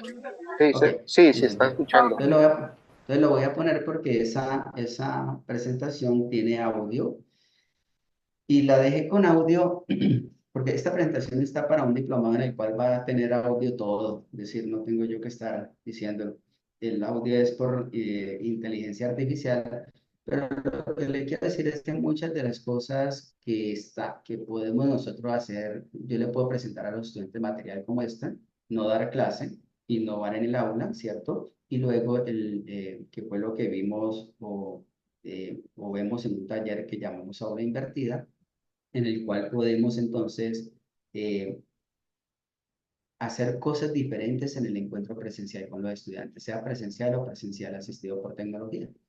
Entonces, esta la van a escuchar, no la voy a narrar. El modelo de Dreyfus de la adquisición de habilidades, desarrollado por los hermanos Stewart y Hubert Dreyfus, describe cómo las personas adquieren habilidades a través de 5 etapas de desarrollo, que van desde novato hasta experto. En el modelo, el estudiante se apoya en la teoría basada en grandes ideas o en la medicina basada en evidencia. A medida que avanza, aplica el conocimiento en escenarios reales o simulados en contexto y hace práctica reflexiva en escenarios reales. Este modelo se aplica en diversas áreas, incluyendo la enseñanza y la formación profesional. Lo que se persigue es que el estudiante, antes de egresar, tenga habilidades o ejecute actividades de manera confiable. Las 5 etapas son novato, principiante, competente, proficiente y experto. Avanza en la presentación para que conozcas detalles de cada etapa. Ese es el modelo de Daycross, no es realmente una taxonomía. Se puede usar en los niveles en los que los estudiantes hacen prácticas, porque de lo que se trata es que ellos, que al evaluar yo esas prácticas que hacen, que son lo que van a ir a hacer cuando salgan a trabajar, lo voy a poner desde mi, desde mi disciplina y pues ahí también en la presentación dice medicina basada en la evidencia, pero pues eso se puede extrapolar a otras disciplinas, que el estudiante haga esas prácticas confiables, es decir, que pueda hacer una clasificación sanguínea de manera confiable, que pueda hacer unas pruebas pretransfusionales de manera confiable. De eso se trata, entonces el estudiante entra en un nivel de novato y sale con un nivel de experto, pero no un nivel de experto como el profesor. Aquí en el nivel de novato, el estudiante puede autodirigirse para seguir reglas, pero no comprende mucho el contexto general. Ese es el novato. Su desempeño simplemente se limita a lo que se le ha enseñado, ¿no? Entonces, no queremos que este tipo de profesional sea así, ¿cierto? Entonces, nosotros diseñamos la actividad académica y la rúbrica para que él vaya avanzando a medida de nuestro curso a un nivel de principiante en el cual eh, el, el trabajo que el estudiante ha hecho, los conocimientos que tiene, le permite tener práctica, ¿cierto? Reconocer patrones recurrentes, problemas, cosas que el 99% de las cosas que hago salen normal, pero voy a tener algunas dificultades en las técnicas de laboratorio, qué sé yo, y pero sigue dependiendo mucho de las reglas, ¿no? Luego viene el nivel de competente, en el que el estudiante puede ya planear su trabajo académico, definir rutas, definir enfoques y puede trabajar sin supervisión constante. Esto es importantísimo cuando hacemos práctica porque el estudiante primero ve hacer al profesor, luego hace con supervisión, pero llega un momento en que debe trabajar sin supervisión. Entonces estaría en un nivel competente, nivel proficiente. Ya es un estudiante que puede resolver problemas porque reconoce, relaciona situaciones complejas. ¿Listo? Crea sus propias metas, reflexiona sobre las decisiones que toma, ¿no? Y el nivel de experto, no sé qué le pasó a la interacción de este nivel, lo debo revisar. Bien, el nivel de experto ya es un estudiante autónomo, es decir, un estudiante que claramente frente a problemas de contexto toma decisiones que son confiables como tal. La interacción la reviso antes de compartírsela a ustedes.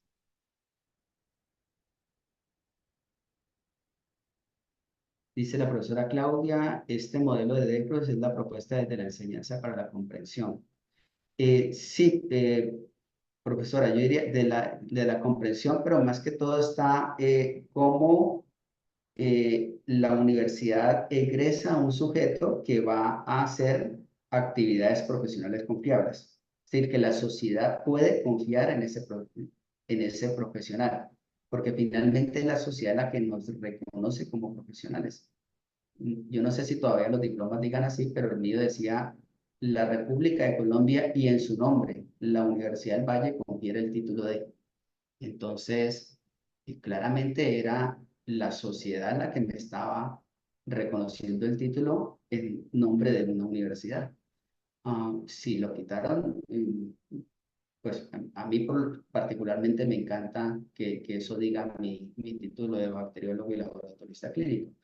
Pero de lo que se trata es de que ese sujeto tiene prácticas profesionales confiables que van de toda índole, no solamente en el hacer, en la parte de hacer, sino en la parte de ser, en la parte de convivir, en la parte ciudadana, en la parte de colegaje, de profesionalismo, etcétera. Perdón que me salté esta. Entonces ya aquí caemos en lo de rúbricas. Eh, las rúbricas entonces era necesario ver todo esto. Si hubiera sido simplemente a lo que vinimos, pues aquí hubiera empezado la presentación. Pero es necesario tener en cuenta todo lo anterior para yo aterrizar en el concepto de rúbricas. Claramente son instrumentos que me permiten hacer evaluación eh, y eh, valorar los resultados de aprendizaje.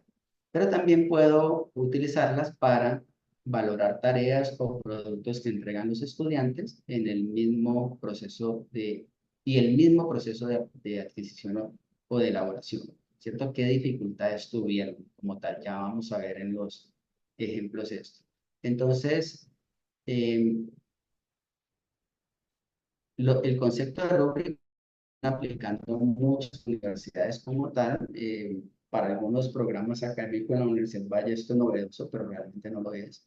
Normalmente se presentan en forma de tablas, es decir, yo puedo hacer una tabla en Word, una tabla en Excel, en la que nosotros enunciamos y luego esas tablas las paso a herramientas de las TIC que me facilitan el trabajo de procesar esa información, que es lo que le podía mostrar la próxima sesión, ¿cierto? Entonces, nosotros tenemos que son tablas en las que nosotros enunciamos de manera clara los niveles de desempeño de los estudiantes en una actividad determinada. De ahí que si la rúbrica tiene un mínimo de desempeño y un máximo de desempeño, los estudiantes tienen la oportunidad de estar en cualquiera de ellos. Voy a decir dos cosas. Yo recuerdo un profesor que nos decía, nadie me saca 5. El 5 soy yo. Pues la rúbrica, si la rúbrica está diseñada y ese es el máximo nivel de desempeño, pues yo como estudiante aspiro a tener ese máximo de desempeño. No aspiro a saber lo mismo que el profesor ni tener la misma práctica del profesor, pero sí aspiro a sacar el máximo desempeño que la actividad académica y el resultado de aprendizaje proponen. Y lo otro es que los estudiantes no tienen por qué iniciar un curso con la expectativa de perder. Básicamente, los estudiantes deberían todos tener la expectativa de ganar el curso, es decir, de tener esos resultados de aprendizaje, porque los hemos planeado, hemos hecho actividades académicas y tenemos unas rúbricas para hacer la evaluación formativa, igual retroalimentación, igual oportunidades de mejora. Entonces, el estudiante gana la asignatura y aprende. Se supone pues que ese sería el deber último. De tal manera que cuando era director de programa académico, ocurrió lo siguiente: los estudiantes fueron a quejarse de un curso que sistemáticamente perdían, dado por otra unidad académica, sistemáticamente perdían los estudiantes entre un 50 y un 70% de los estudiantes perdían el curso, y luego la unidad académica ofrecía un curso de verano en la cual intensivamente los estudiantes que perdían la asignatura veían el curso de verano, y ahora sí, ese curso de verano la mayoría o todos lo ganaban. Lo que sucede es que el curso de verano tenían que pagarlo los estudiantes. Entonces, pues si mi curso lo están perdiendo el 50% de los estudiantes, algo pasa conmigo, algo pasa con el diseño de mi curso, porque no es algo normal que deba suceder. Entonces, eh, las rúbricas, entonces, nosotros solemos utilizarla para la evaluación formativa, y pues son susceptibles talleres, las exposiciones orales que nosotros le hacemos a los estudiantes, los debates, las composiciones escritas, portafolios educativos, aula invertida, aprendizaje basado en problemas y proyectos, y muchas otras actividades en las cuales nosotros privilegiamos un carácter subjetivo, ¿cierto? El desempeño lo colocamos subjetivo, pero la rúbrica trata de objetivizarnos eso de la mejor manera. ¿Listo? Entonces, por lo tanto, vuelvo y reitero lo que decía al comienzo. La clase como tal no es susceptible de que yo le haga una rúbrica, y el examen parcial no es una rúbrica, ¿cierto? Los instrumentos objetivos tipo exámenes con preguntas de falso o verdadero, de opción múltiple, de contestar un concepto, preguntas abiertas, pues lo que estamos buscando es respuesta concreta que generalmente está en libros, ¿no? Y hoy en día pues están simplemente saberle preguntar a la inteligencia artificial o correr inteligencia artificial en local. eh, a poner esto más económico, ¿no, profesores? No sé si ustedes saben que uno puede correr inteligencia artificial en local, es decir, en mi propio computador, solamente que mi computador debe tener una buena tarjeta gráfica. Y todos estos modelos de lenguaje, los modelos largos de lenguaje, están open source, abiertos. Los puedo descargar en mi computador dependiendo de la capacidad que tenga, y yo poderlos no entrenar, porque ya están preentrenados como modelo de lenguaje, pero sí puedo entonces llegar a colocarle solamente la información que a mí me interese. Por ejemplo, eh, yo puedo descargar Llama 3 o Mistral o Fit 3 en local, colocarle 50 artículos sobre un mismo tema y luego empezar a preguntarle a la inteligencia artificial sobre esos 50 artículos. Entonces no va a alucinar, me va a hablar de, me va a responder frente a lo que yo le pregunte de esos artículos. Y todo eso lo podría yo estar haciendo en local, es decir, sin estar conectado a internet, sin tener que pagarle una mensualidad a nadie. Por lo tanto, si la información cada vez va a estar más disponible de esa manera, ¿cierto? Porque anteriormente, cuando yo era estudiante de pregrado, mis profesores disertaban sobre un tema, me estaban dando pues una información, etcétera. Había unos que hacían unas cosas diferentes, y lo único que yo tenía disponible eran unos libros pocos que habían en la biblioteca, y además podía comprar unos libros, cosa que yo no podía comprar libros, pero hoy en día es casi pues que la información está ahí. Entonces, es cómo enseñamos a que los estudiantes gestionen esa información, gestionen el conocimiento. Bien, entonces las rúbricas son instrumentos de evaluación formativa que tratan de hacer objetiva esa evaluación, que es subjetiva porque es entre sujetos, contribuyen a la evaluación formativa, son instrumentos que nosotros planeamos con anterioridad y no son instrumentos terminados, son siempre en borrador, porque yo, dependiendo de lo que haga en un curso, puedo darme cuenta de que el instrumento puede ser mejorado. ¿Listo? Entonces lo puedo mejorar. Y lo importante es que con ellos yo puedo determinar, y el estudiante también, el nivel de logro o de desempeño que tiene el estudiante frente a un resultado de aprendizaje. Hay dos tipos de rúbricas y creo que para no cansarnos y para también dejarle tema aunque ya voy como por la mitad, para la próxima sesión. eh, Hay dos, es decir, vemos estos dos o tres conceptos y a pesar de que no las 10 suspendemos, para no cansarlos tanto, la idea es que la próxima sesión continuemos y veamos ejemplos. Entonces, hay dos tipos de rúbricas, las rúbricas sintéticas o globales, que como su nombre lo indica, son rúbricas que evalúan muchos aspectos en un solo criterio, por lo cual no son muy finas, son muy globales, ¿cierto? Lo voy a poner mejor como un ejemplo. Este es un ejemplo de una rúbrica sintética o global, en la cual observen ustedes que yo tengo una tabla. Lo que pasa es que si tengo 50 estudiantes o incluso 10 o 20, pues manejar una tabla por cada estudiante me va a significar mucho esfuerzo, por lo tanto es que uno recurre a las tecnologías de información y comunicación para que lo haga. Ya incluso hay aplicaciones de inteligencia artificial que hacen estas cosas, entonces cada vez va a ser más fácil, pero quienes tenemos nosotros el criterio académico y pedagógico somos nosotros. Entonces, en esta tabla, ustedes ven que hay una columna en la cual yo defino un nivel de dominio o de desempeño. Recomendación, que este nivel de dominio o desempeño no sea igual al de la nota.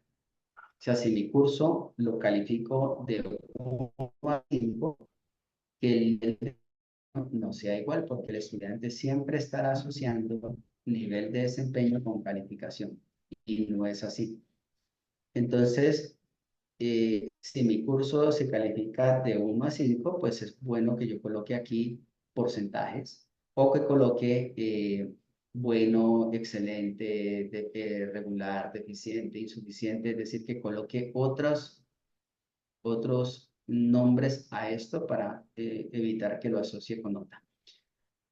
Otra columna grande en la cual tenemos el nombre del estudiante, la actividad que se evalúa, que en este caso es portafolio educativo, los criterios de desempeño o de logro, y aquí nosotros empezamos o bien desde el nivel más bajo hasta el más alto o viceversa. Aquí yo he comenzado desde acá, 0, que no es calificación, significa que el estudiante no realizó la actividad.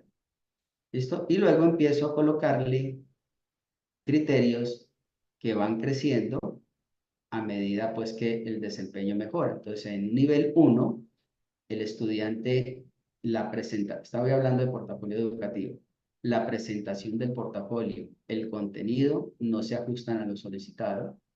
Y ahora, ¿dónde está lo solicitado? Observen que diga la presentación y el contenido no se ajustan a lo solicitado. Lo solicitado está en la guía de trabajo, que es con lo que iniciaremos eh, o ya mezclaremos la próxima sesión, la rúbrica y la guía de trabajo. Entonces, lo solicitado está en la guía de trabajo. La redacción no es adecuada. ¿Dónde dice cómo es que debe ser la redacción? Pues en la guía de trabajo. Hay poca o no hay reflexión sobre lo aprendido y las fuentes bibliográficas son pocas, menos de 3. Ese es un nivel 1, según una rúbrica, ¿cierto? Dice la profesora Claudia, no comprendo bien ese punto sobre los niveles de desempeño que diferencian de la evaluación de curso. ¿Cuál sería la explicación para ellos y cómo impactaría con el ejercicio de la rúbrica como instrumento de evaluación?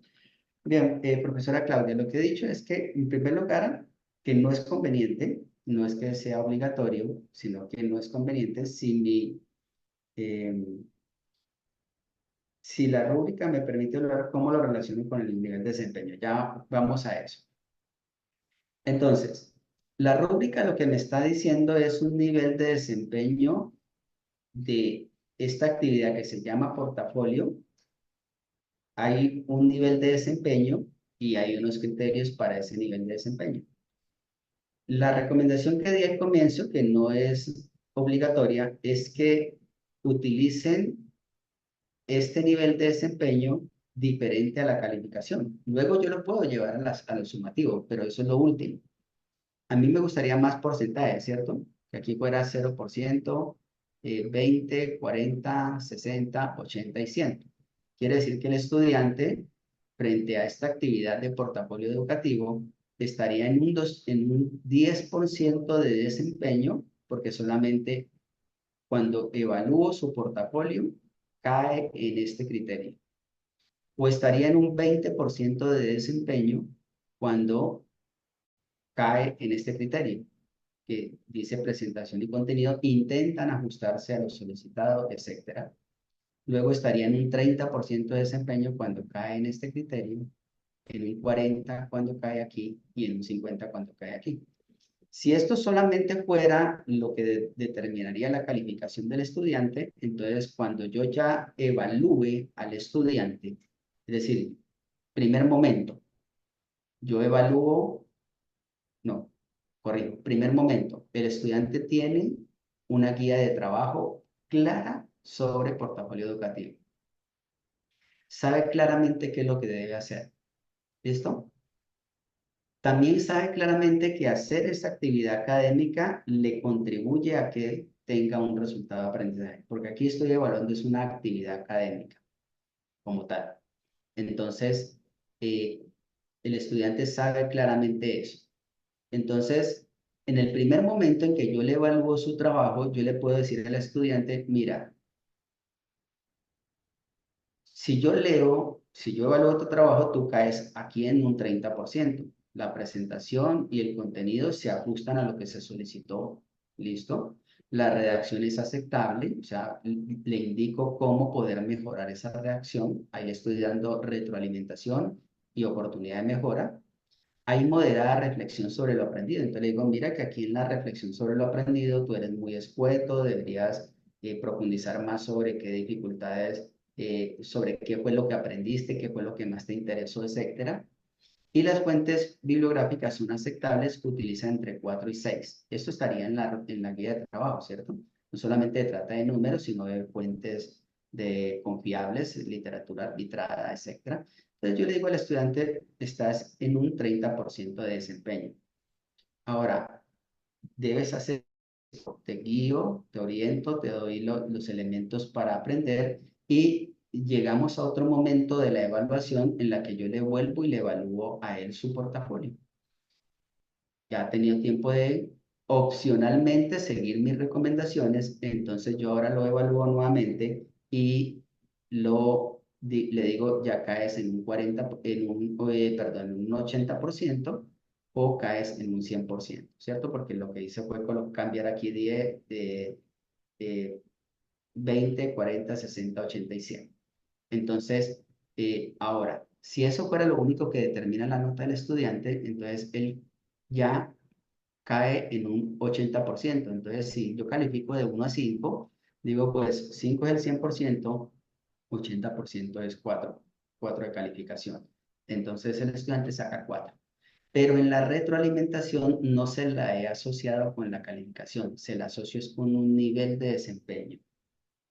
Dice la profesora Angie, se pueden hacer dos rúbricas, por ejemplo, si se tiene actividades de entrega de informe o exposición oral. Eh, Ahí está usted dando el concepto, profesora. Si usted las integra, está haciendo una rúbrica global. Si las integra, pero si las separa, está haciendo una rúbrica analítica. Porque observen ustedes que yo puedo integrar varias rúbricas para hacerme mejor mi trabajo, pero empieza a ser menos fina la retroalimentación. Observen cuántas cosas ahí en el mismo criterio. Está, la presentación es una, el contenido es dos, la redacción tres, la reflexión sobre lo aprendido cuatro y las fuentes bibliográficas cinco. Hay cinco cosas en un mismo criterio. Por lo tanto, si yo separo esas cinco cosas, me entro en lo que son las rúbricas analíticas. Y si además he unido dos rúbricas, una para, como dice la profesora, una actividad de entrega de un informe y luego la exposición oral, cuando son dos actividades académicas separadas, ¿cierto? Pueden ser en conjunto una, pero son dos momentos diferentes. Para la entrega del informe debe haber una guía de trabajo y para la exposición oral debe haber otra guía de trabajo, a pesar de que ellas se integran en una sola. Entonces, si yo uno las dos rúbricas, las estoy haciendo global, mientras que si las separo, la hago analítica. Y entonces las analíticas establecen criterios de desempeño o de logro por cada indicador por separado. Entonces, eso permite que la retroalimentación sea mucho más detallada. Miremoslo en el mismo ejemplo. En el mismo ejemplo, tengo el indicador o aspecto. Aquí está el nombre estudiante, actividad portafolio. Entonces, observen cómo comienzo con la presentación. Estos cinco aspectos estaban en un solo criterio, en la global. Entonces, y aquí establezco los criterios de desempeño a nivel de logro, que también lo he puesto como números, pero lo podría poner como porcentaje. 20%, bueno, yo he ido ahí de 20 en 20, pero usted puede decir aquí esto es un 10%, aquí es un 30%, y claro, en eso es un poco arbitrario, como profesor puede poner esos porcentajes, ¿cierto?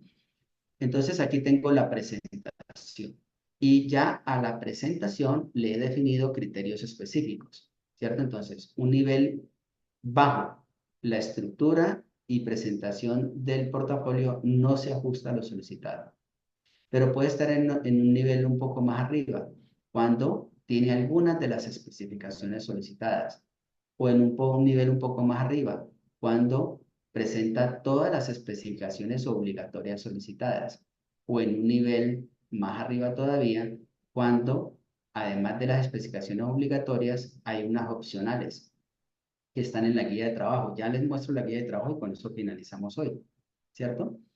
Y en un quinto, el portafolio incluye elementos adicionales a los solicitados como obligatorios y opcionales, es decir, estoy evaluando creatividad del estudiante. Ese estudiante no solamente se limitó a lo que se le dijo que hiciera, sino que va en las taxonomías a un nivel más allá de autonomía y de creación. Pero el nivel declarado de aceptación para esto sería este, porque el estudiante hace lo que le pidió que hiciera. ¿Listo?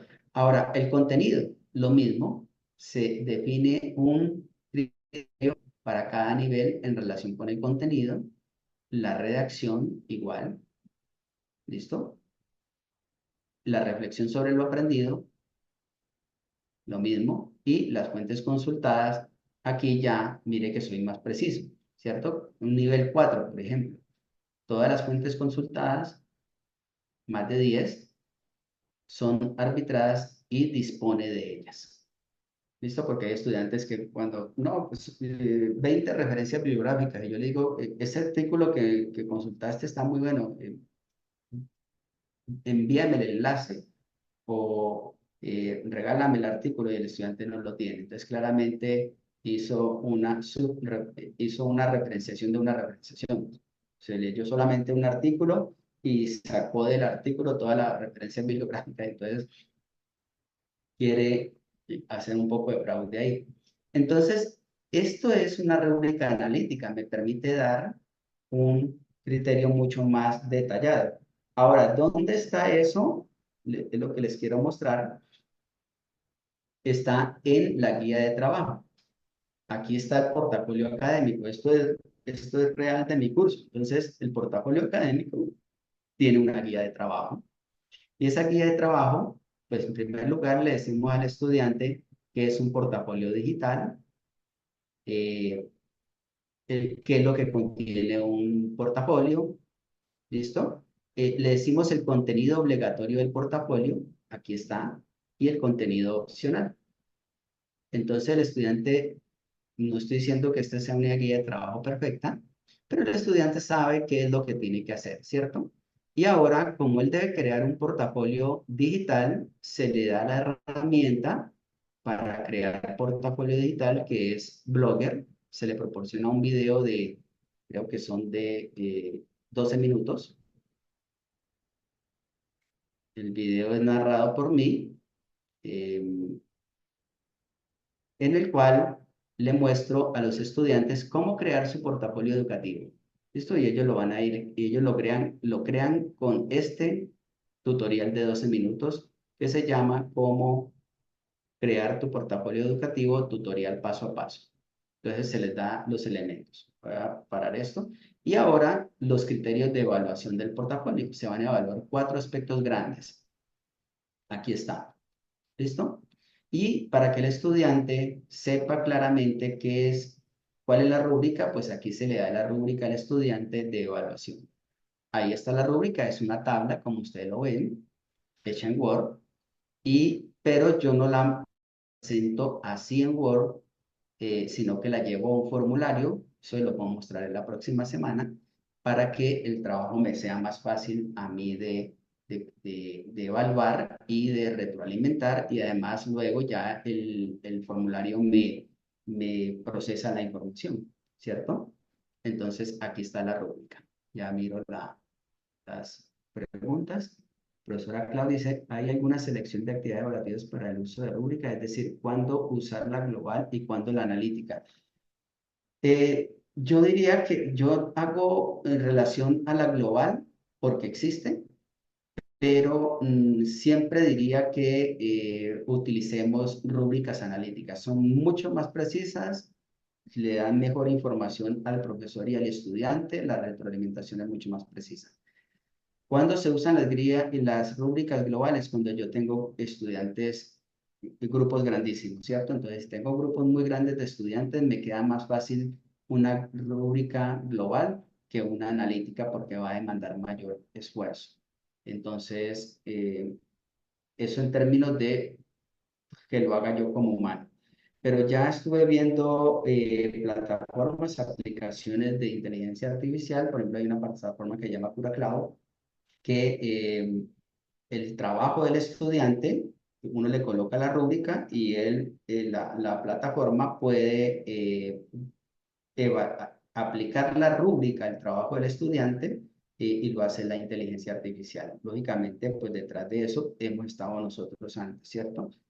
Que una cosa es que la aplicación haga el trabajo, pero diseñar la rúbrica, colocarla en la plataforma, diseñar las actividades, ¿cierto? Esta plataforma incluso cosas que el estudiante escribe, la inteligencia ve y la puede llevar a una rúbrica. Es decir, cada vez van a haber mayores facilidades para la aplicación, para la evaluación en este sentido. Pero, nuevamente, quienes alimentamos, quienes le proporcionamos esa información a la inteligencia artificial somos nosotros, quienes estamos viendo los resultados de aprendizaje. La profesora María Luisa dice, buenos días, ¿me podría, por favor, explicar un poco más qué es el portafolio educativo? Ok, listo. Ya termino aquí y doy y terminamos con la pregunta de la profesora. Y ahora, los estudiantes tienen que hacer un portafolio educativo. Entonces, aquí están los portafolios educativos de mis estudiantes. Aquí está. Este es mi grupo 1, este es mi grupo 2, yo trabajo con grupos pequeños y este es mi grupo 3, ¿cierto? Ahí yo les tomo foticos. Y si yo quiero ver el portafolio de Paula, por ejemplo, ¿cierto? Entonces aquí tengo Paula Michel García, este es el portafolio de ella, en la que ella va colocando los diferentes ejes. Vamos a hablar, entonces tenemos el eje 4, por ejemplo, el eje 4. Voy a mostrarles el portafolio y van a ver cómo ella tiene los elementos que se piden en el portafolio. En la guía de portafolio dice que ellos deben colocar expectativas de aprendizaje. Entonces, esta es la expectativa de aprendizaje de Paula. La colocó. Yo no estoy ahí evaluando qué tan buena, regular o mala es la expectativa. Eso es otro momento. Les dice la guía que ellos deben tener objetivos generales y específicos. Ahí están los que ella se atrevió a hacer. ¿Listo?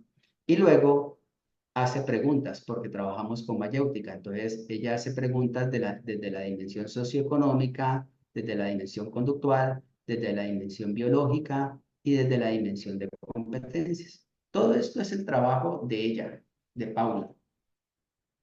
Pero como se trata de un trabajo colaborativo, no individual, entonces hay un momento en el aula, que ahí ya estoy describiendo lo que es el portafolio, es decir, el portafolio es un instrumento de evaluación formativa y de aprendizaje en la cual se evidencia el trabajo del estudiante. Aquí no le estoy haciendo un examen al estudiante, le estoy diciendo que se atreva a hacer sus propios objetivos, sus propias expectativas de aprendizaje y eso es preparándolo para el aprendizaje. ¿Listo? Ahora ellos hacen un trabajo colectivo y es que como no se trata de un objetivo general mío, sino del grupo, entonces ellos discuten todos sus objetivos individuales y proponen un objetivo general colectivo, proponen unos objetivos específicos colectivos y proponen una agenda de trabajo en relación con las preguntas orientadoras que se hicieron. Entonces, el 29 de agosto se discutieron estas preguntas y ellos resuelven en su portafolio las preguntas con literatura arbitrada, ¿no? Aquí yo puedo ver ya la literatura, veamos todo el trabajo de ella hasta el final, de ese eje 4, las referencias que me permitirá a mí evaluar y puedo yo ver evidencia del trabajo del estudiante, pasar esto por Turnitin a ver si es que es un copia y pega, ¿cierto? Pero lo interesante es que el portafolio educativo, para ya concretar la pregunta de la profesora, lo que permite el portafolio educativo es que el estudiante deje evidencia de su trabajo y que pueda utilizar el portafolio educativo para las discusiones que tenemos en el aula. Lo estoy diciendo como yo utilizo portafolios educativos, ¿no? Entonces, en concreto, ese es el trabajo de un estudiante, yo lo puedo evidenciar en el portafolio. Pero además, cuando ellos hacen la discusión, yo estoy ahí en el aula y veo claramente que el estudiante puede discutir, argumentar, defender su trabajo de su portafolio frente a los demás estudiantes cuando empiecen a negociar para los objetivos y las preguntas. Y además, cuando estén resolviendo las preguntas, cada estudiante dice, yo averigüé esto en esta referencia bibliográfica, esto lo entendí, esto no lo entendí. De tal manera que portafolio educativo y vida, que son las dos cosas que yo ligo, son las actividades académicas por las cuales el estudiante adquiere el resultado de aprendizaje y son las dos actividades académicas por las cuales se evalúa. Es decir, yo no hago un examen, yo lo que evalúo es la rúbrica de portafolio y la rúbrica de discusión. Y ya, esa es la nota del estudiante previa a la retroalimentación que se le haya hecho. Eso es todo por hoy. Nos vemos la próxima semana para que finalicemos lo de rúbricas y veamos algunos ejemplos, por lo menos cómo los aplico yo, profesores y profesoras, sin querer decir que esa es la manera como se debe hacer, sino simplemente atreviéndome aquí a ponerlo frente a ustedes para esa retroalimentación y ese compartir de las cosas que hacemos. ¿Listo? Muchas gracias.